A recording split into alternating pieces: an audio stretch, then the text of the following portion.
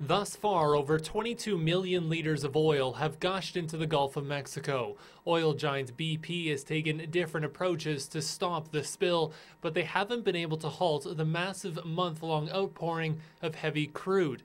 Turns out the answer to the problem could be thousands of kilometers away in the small Alberta town of Irma, 150 kilometers southeast of Edmonton. This is not who's to blame. Now is the time that everybody's got to pool their resources and work together as a team. Wayne Bennett has spent the last 25 years cleaning up oil spills and leaks throughout Alberta, from Medicine Hat to Fort McMurray. But for 5 years, he's been researching a new method of wiping up oil using recycled rubber tires. To prove his point, Bennett pours used diesel engine oil into the fiber product. What comes out the bottom, miraculously, is water clean enough to drink. It's fresh water. The company, ESSI, boasts that the whole process is environmentally friendly, saying the rubber powder and fiber don't end up in a landfill.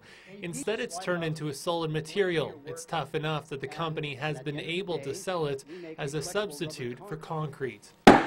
The provincial regulator, Alberta Environment, doesn't endorse products, but did say information about this creation is valuable.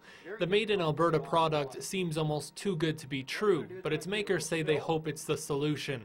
They demonstrate how they would use the fiber in large booms to soak up the oil in the Gulf of Mexico.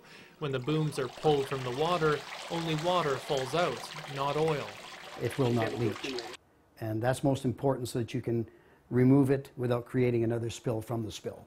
Bennett traveled to the Gulf to gather information and test his product. Their photos show how the oil has already hit the Louisiana coast. This area in particular is used by shrimp farmers. It's never going to be too late because we are able to remove the oil off the shorelines using this product.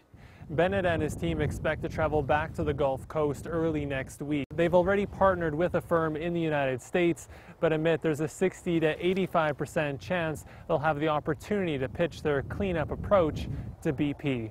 In Irma, Kyle Bax, Chat News.